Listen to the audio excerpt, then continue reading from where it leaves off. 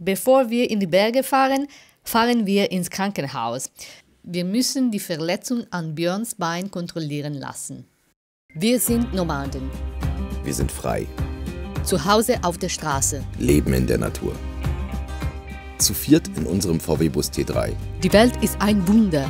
Ein Wunder, das wir mit all unseren Sinnen entdecken wollen. Zurzeit sind wir in Südamerika mit dem Ziel, den ganzen Kontinent zu bereisen. Kommt mit und steigt ein.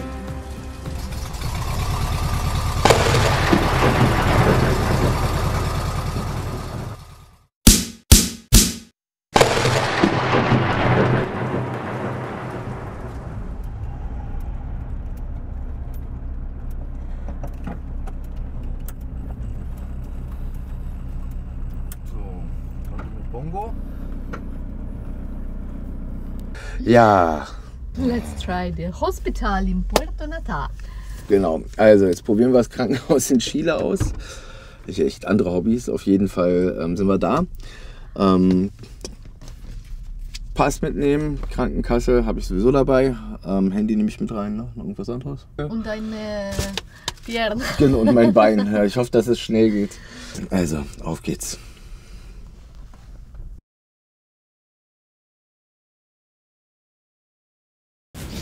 Cool, Glück gehabt. Die haben Eco-Doppler gemacht und die Venen durchgecheckt. Die waren sich am Anfang auch nicht sicher. Meinten, das sieht schon krass aus, zumal es 3 Tage später erst gekommen ist.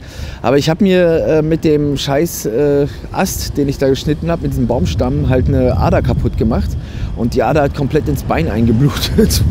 Und dementsprechend werde ich jetzt ein regenbogenfarbenes Bein kriegen. So, wir sind fertig. Wir gehen jetzt noch einkaufen. Ja, ich freue mich. Ich freue mich auch. Und ja, wir sind fertig und fahren jetzt Richtung Torres del Paine. Endlich, weiter geht's. Ja. Ja, bevor es jetzt weitergeht, gibt es erstmal einen Kaffee und wir zeigen euch auf der Karte, wo wir sind. Wir sind ja nur wirklich ganz im Süden Südamerikas, also hier ist Schluss, hier ist der Kontinent zu Ende. Und wir sind hier. Also hier ist das Krankenhaus, hier ist Puerto Natales. Und hier fahren wir heute los und wir fahren auch gar nicht weit. Also wir wollen ja nur in den Torres del Paine Nationalpark. Und das hier ist der Torres del Paine Nationalpark. Ja, das heißt, also es ist nicht weit von Puerto Natales. Und wir müssen jetzt, gleich mal wieder einzeichnen, wir müssen jetzt von Puerto Natales die 9, die ist noch relativ gut gebaut, ein Stück hochfahren. Aber dann fahren wir von dort ab, und das ist hier gar nicht drin, geht es dann sozusagen hier an den Seen vorbei und hier lang über eine Brücke dann wieder auf die Hauptstraße. Und hier, also hier soll der absolut wunderschönste Stellplatz sein. Also Freunde haben uns den empfohlen, der soll also absolut einzigartig sein mit einem Blick, wie es kein zweites Mal gibt. Und dort wollen wir hinfahren, dort eine Weile bleiben. Und dann haben wir vor, durch den Torres del Paine Park zu fahren. Hier ist die Straße, die ist auch offiziell. So, und dann eine Runde zu drehen, um dann hier zum Grenzübergang zu fahren und dann irgendwann wieder nach Argentinien rein in ein paar Tagen. Also wir haben eigentlich nur vor, diese kleine Runde hier zu fahren, aber das ist alles Dirt Road, das wird ganz schön lange dauern. Die Strecke ist nicht einfach und deswegen freuen wir uns drauf, das wird interessant und hat eine Aussicht, die einfach unglaublich ist. Auf jeden Fall kommt jetzt ein Teil, mit der interessanteste Teil unserer Südamerika-Reise.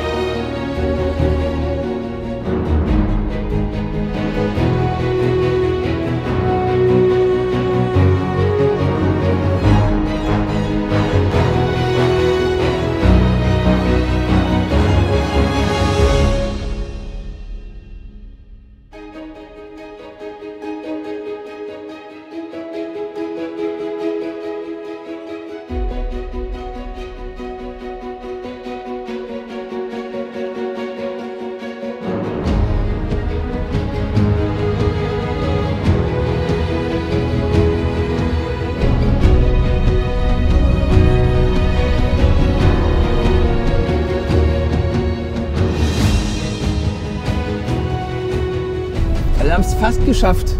Aber der Weg, der ist immer wieder so ein Highlight aus Asphalt, wo man ein bisschen vorwärts kommt und dann wieder der Mörder-Ripio. Also, aber so richtig. Wir kriechen jetzt hier mit 20 km/h den Berg hoch im zweiten Gang. Fast im Standgas.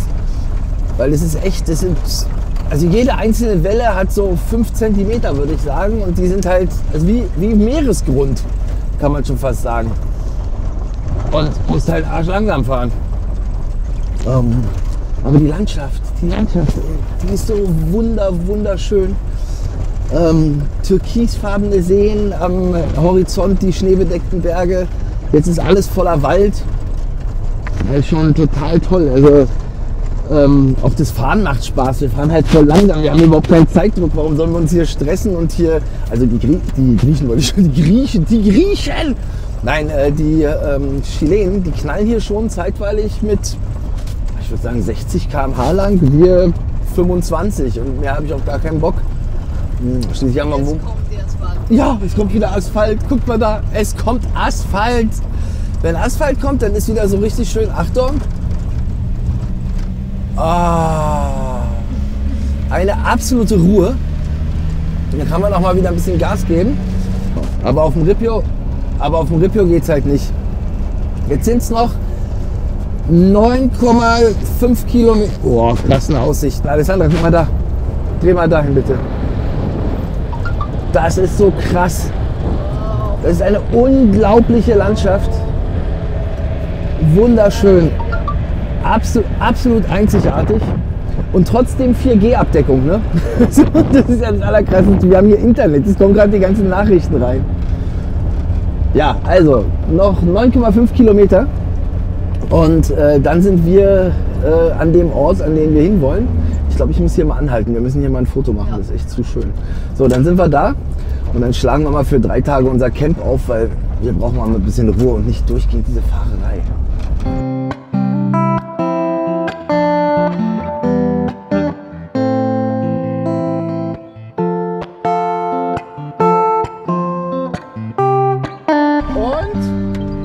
Wunderbar.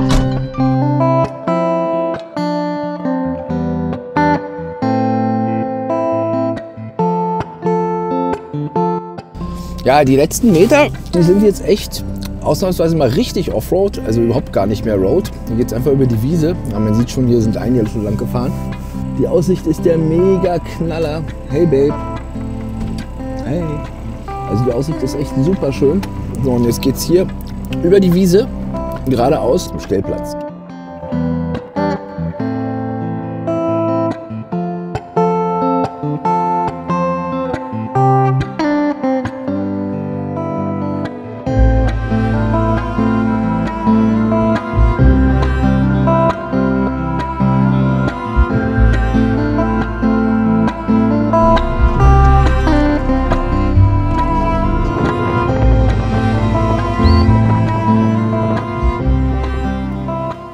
Wir sind da, wie geil, echt. Wir haben uns hier ein bisschen in die Büsche gestellt, weil windig ist immer noch, aber wir sind auch wieder mit Nick und Sabrina zusammen, die stehen ein bisschen weiter vorne.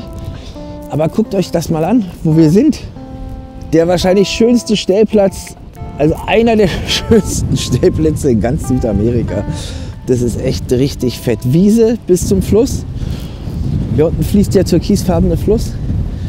Und ja, da hinten sind die Torres del Paine. Das ist richtig dick. Ja, jetzt mal versuchen ein bisschen zu fischen. Da kann man heute Abend was Leckeres essen. Und das ist ja wohl der absolute Knaller. Und wir stehen da drin, schön getarnt, versteckt. Da seht ihr jetzt, warum wir den so gestrichen haben. Mann, ist das geil. Ja, richtig cool. Da bin ich voll glücklich. Das ist der Megaplatz. Da unten ist Nick. Füllst den Kanister auf, oder was? Ah, cool. Ja, das Wasser ist super sauber. Die haben noch ein Filtersystem, dann kann man das so trinken. Ja, und zum Glück gibt es hier Elon Musk Internet. Wir sind also komplett, ja, wie soll ich sagen, connected, ohne in irgendeiner Art und Weise Abdeckung zu haben. Ja, völlig cool. Also wunderschön.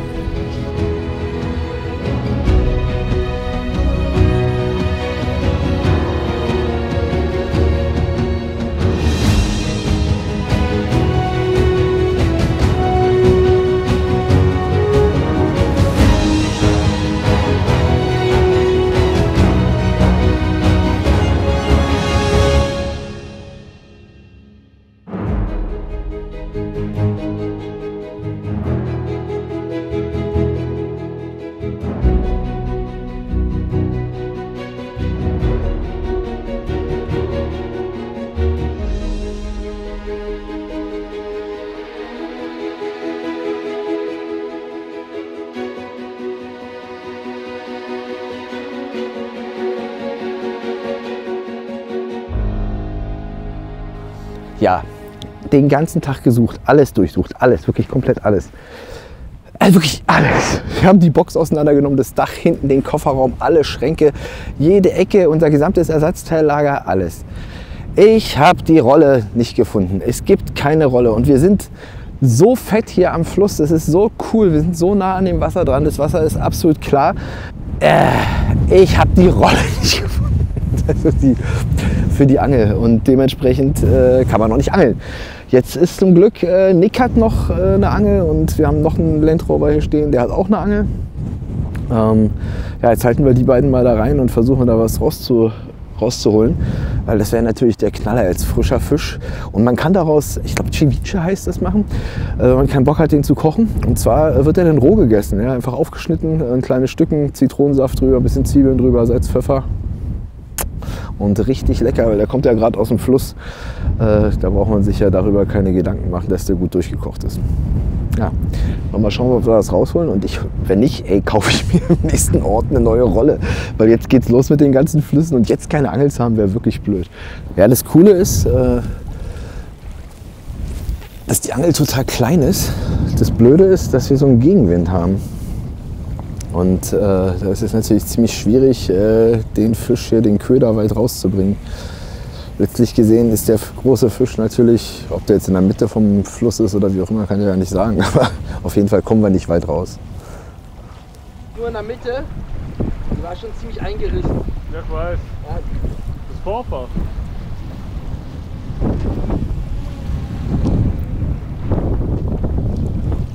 Das hält schon ewig, das Vorfach. Ja, aber ich habe mir gedacht, wenn ich jetzt nicht mache,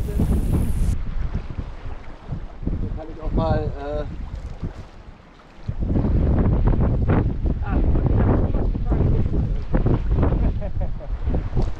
Das ging ja schnell. Ja, jetzt fängt es auch noch an zu regnen und mit dem Fisch hat nicht so richtig geklappt. Aber wir sind ja gar nicht so unglaublich traurig, dass unser Omnia sag ich schon, dass unser komischer Coleman kaputt ist, weil der hat ja eh nur gerutscht und wir konnten eigentlich unseren Omnia gar nicht nutzen und irgendwie was Leckeres machen. Und da es ja heute keinen Fisch gibt, haben wir uns entschieden, wir machen eine Pizza. Und die ist jetzt hier auch schon drin. Die haue ich jetzt auf den Ofen drauf oder auf unseren neuen Gaskocher drauf. Kleines Teil, genauso wie die. Man kennt die ja sonst so ein bisschen größer hier so, aber das Ding ist eben beschnitten sozusagen, also ein bisschen, ja auf jeden Fall ein bisschen platzsparend. So, da hauen wir jetzt unsere Pizza drauf und dann gibt es heute anstatt Fisch gibt's Pizza. Das sieht doch noch was aus. Guckt euch das mal an. Pizza mit Salami und Champignons. Und wie Alessandra sagt, mit dem Bier. Pizza and beer, they work always together. Guten Appetit.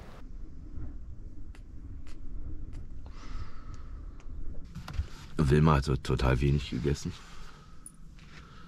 Also wir haben es mit Handfüttern probiert, mit allem, aber die hat einfach echt keinen Bock mehr. Ja. Wir versuchen es immer wieder, also alle Stunde immer mal wieder ein bisschen was zu geben, so dass sie wenigstens ein bisschen was aufnimmt. Aber die fühlt sich einfach satt und hat keine Lust zu essen. Schmerzen hat sie keine.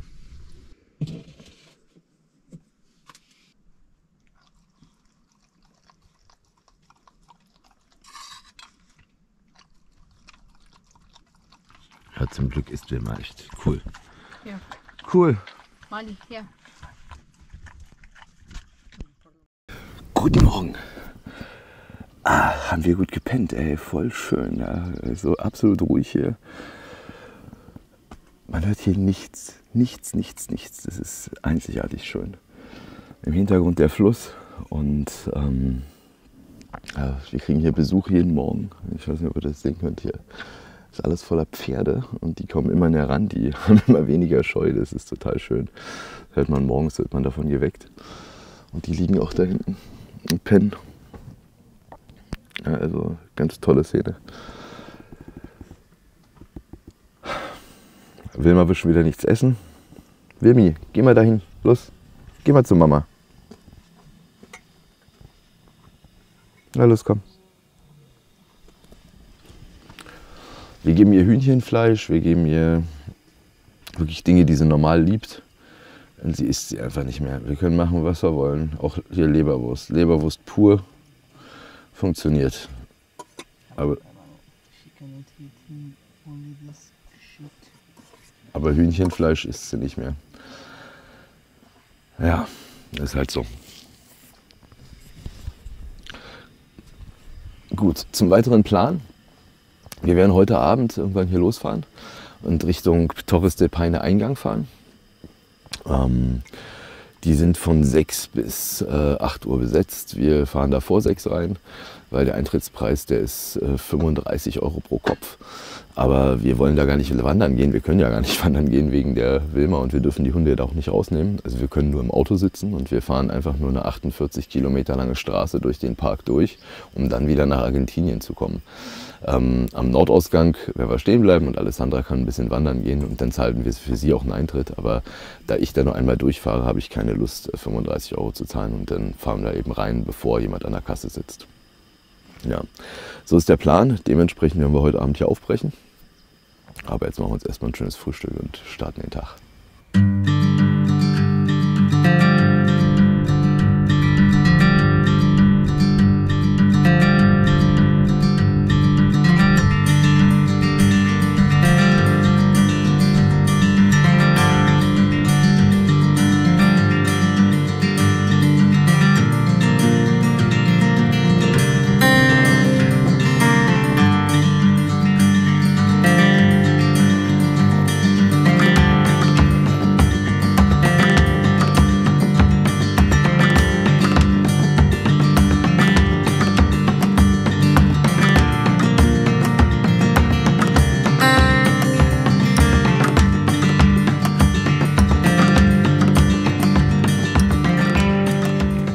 Guten Morgen. Ja, voll geil. Wir sind angekommen im Torre del Paine Nationalpark. Sind heute Morgen reingefahren. Und wir haben ja schon lange geplant und uns da lange drauf gefreut. Das ist ja ein absolutes Highlight unserer Reise. Torre del Paine ist dafür bekannt für dieses alleinstehende Bergmassiv, was echt beeindruckend aussieht. Schon aus der Ferne war das ja schon was eine Sicht. Also. Und man muss dazu sagen, die Berge sind zwar schneebedeckt, aber die sind nicht besonders hoch. Also die sind so, ich glaube, die höchsten sind um die 2000. Ne? Sieht aber aus wie hochalpin, einfach weil wir hier so weit im Süden sind und so nah an dem patagonischen Eisfeld dran, dass deshalb alles schneebedeckt ist. Jetzt sind wir heute Morgen ganz früh in den Park gefahren, um 5:30 Uhr, einfach wegen dem Licht. Zum Fotografieren ist es natürlich viel besser und zum Filmen ist eine unglaubliche Sicht, macht total viel Spaß. Und jetzt machen wir erstmal ein schönes Frühstück und dann werden wir mal den Park erkunden. Und der Plan ist, wir werden von Süden einmal komplett durchfahren in den Norden, weil im Norden ist das Welcome Center, da ist ein großer Parkplatz, da können wir stehen bleiben. Und da lassen wir Mali und Wilma dann im Auto und machen eine schöne Wanderung, schauen uns mal zu Fuß ein bisschen was an. Und ja, jetzt haben wir auch Glück mit dem Wetter. Es ist nicht warm, also dementsprechend können die im Auto bleiben. Ist aber auch nicht kalt, ein bisschen blauer Himmel, es gibt keinen Regen, ein bisschen Wind, alles cool. Also für Patagonien ein wunderbarer Tag.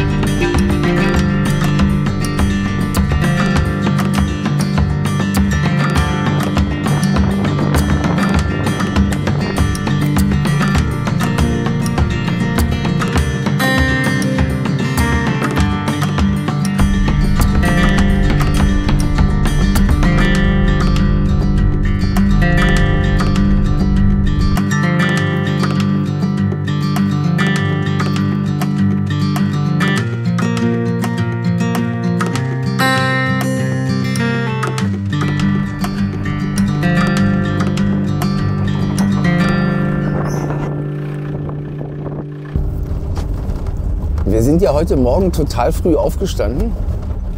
Also wir sind um 4:30 Uhr hat der Wecker geklingelt und irgendwie haben wir heute Nacht nicht gepennt, weil Mali hat schon wieder ihre Platzangst bekommen. Das heißt bei ihr, dass sie dann in der Nacht auf einmal anfängt zu hecheln, durchdreht, aber halt im Bett nicht mehr klarkommt und im Bus da ihre Kreise dreht. was natürlich dazu führt, dass man nicht unbedingt so gut schläft. Jetzt sind wir wirklich schweinemüde, aber wir haben es auch gleich geschafft. Wir sind gleich durch den Park durch. Und leider kam die Sonne nicht wirklich raus, aber es ist auch nicht so tragisch.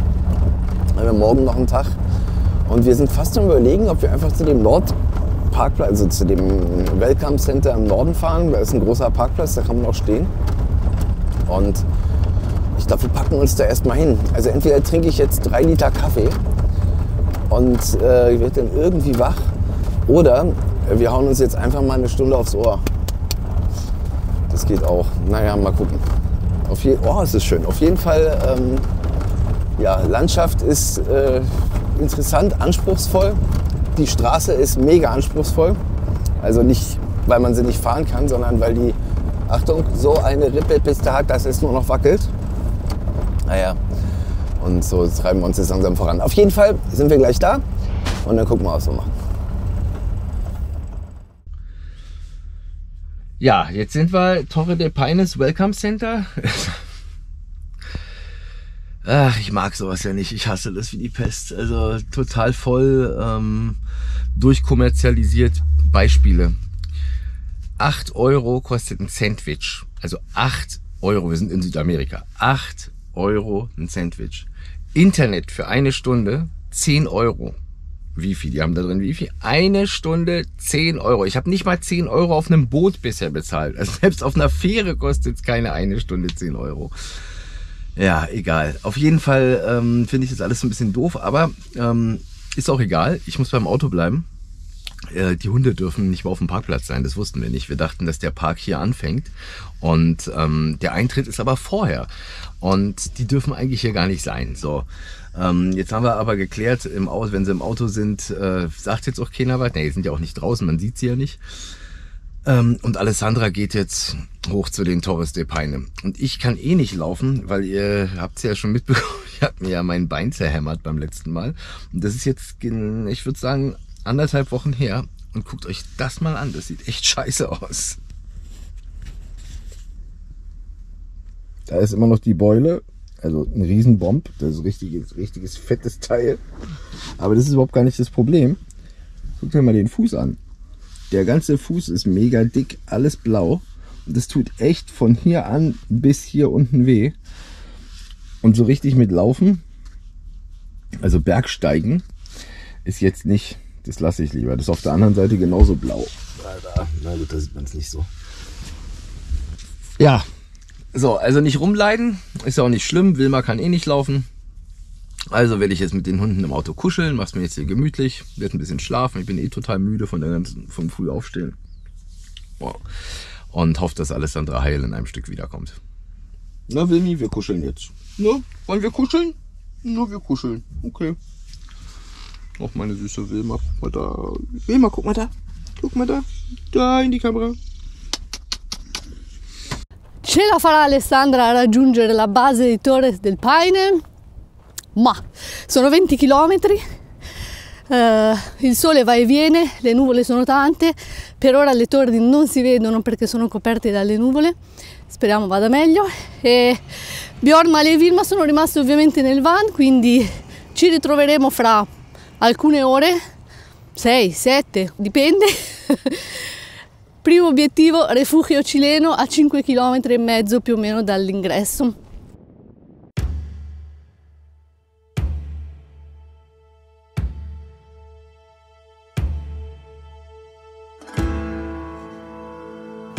Nach 1,5 Kilometern flacher Wanderung beginnt der Aufstieg.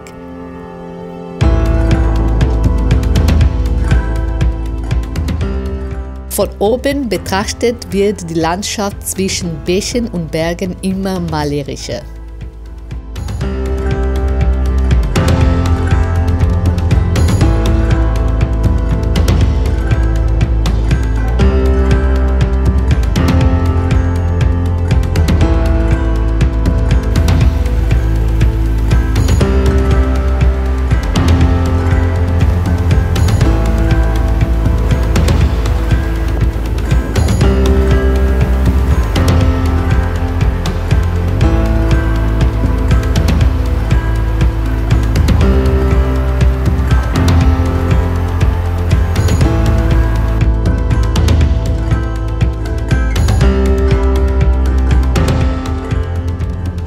Der erste Halt ist das Refugio Chileno, kurze Pause und ich setze meinen Aufstieg fort. Ich habe erst die Hälfte geschafft und hoffe, dass zumindest die Torres bei meiner Ankunft nicht in Wolken gehüllt sind. Die Sonne scheint schon eine ganze Weile nicht mehr.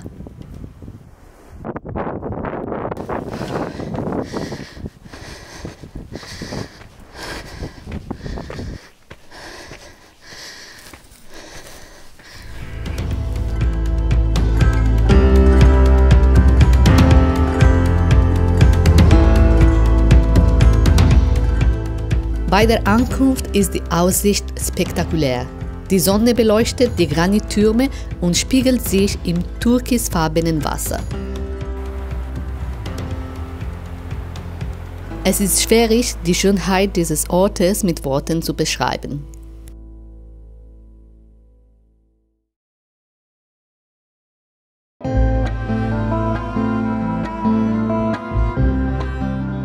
Ja, das war beeindruckend schön, ein unglaublich toller Ort, mystisch, ja, einzigartig. Für uns geht's weiter. Wir fahren Richtung chilenische Grenze, also Richtung Grenze Chile-Argentinien. Da wollen wir morgen rüber, Cerro Castillo. Und all das, was dann kommt, seht ihr beim nächsten Mal. Wir freuen uns, dass ihr dabei wart und freuen uns, wenn ihr beim nächsten Mal wieder dabei seid.